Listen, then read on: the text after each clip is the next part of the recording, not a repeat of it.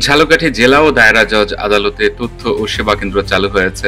মঙ্গলবার সকালে এর উদ্বোধন করেন ঝালকাঠি সিনিয়র জেলা ও দায়রা জজ মোহাম্মদ রাহিবুল ইসলাম। এ সময় অন্যান্যের মধ্যে উপস্থিত ছিলেন সিনিয়র জেলা জজ নারী ও শিশু নির্যাতন দমন মোহাম্মদ রফিকুল ইসলাম, অতিরিক্ত জেলা ও দায়রা জজ আমিনুল ইসলাম, জেলা আইনজীবী সমিতির সভাপতি অ্যাডভোকেট শাহাদাত হোসেন, সাধারণ সম্পাদক অ্যাডভোকেট নাসিমুল হাসান। তথ্য ও সেবা কেন্দ্রে নির্মাণ ব্যয় হয়েছে 1,95,000 টাকা।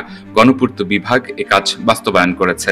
এখান থেকে জেলা ও দায়রা জজ আদালত সম্পর্কিত বিভিন্ন রকমের তথ্য পাওয়া যাবে বলে আদালত সূত্র জানিয়েছে।